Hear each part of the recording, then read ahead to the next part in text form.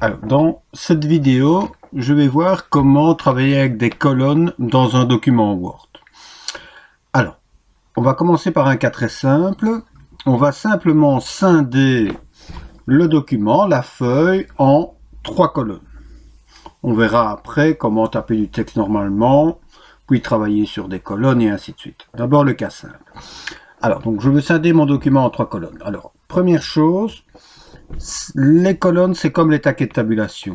Il faut d'abord créer les colonnes, puis seulement taper le texte. Si vous faites l'inverse, c'est très compliqué de bien positionner votre texte au sein des colonnes. Donc d'abord, on crée les colonnes, puis on tape le texte.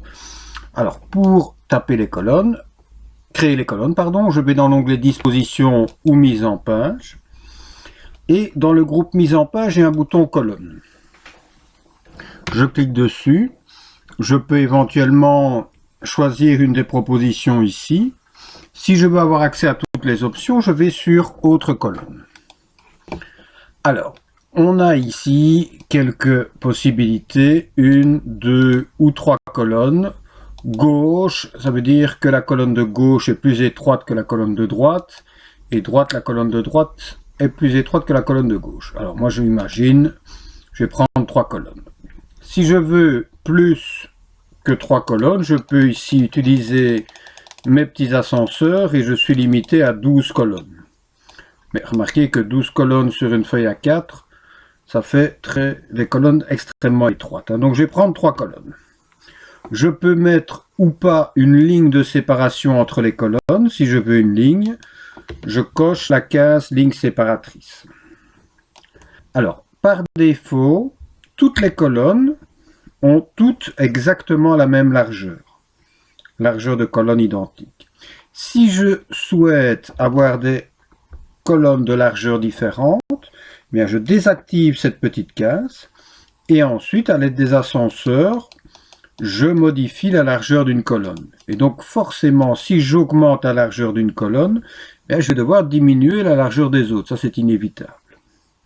On a également une case ici, espacement, où on peut gérer la distance entre les deux colonnes. Donc le 1, 25 cm ici, ça représente la distance entre la première colonne et la deuxième colonne. Le 1, 25 cm ici représente la distance entre la deuxième colonne et la troisième colonne. Voilà, je vais reprendre des largeurs de colonne identiques. Je vais laisser ce qui m'est proposé, à 25 cm d'espace entre les colonnes.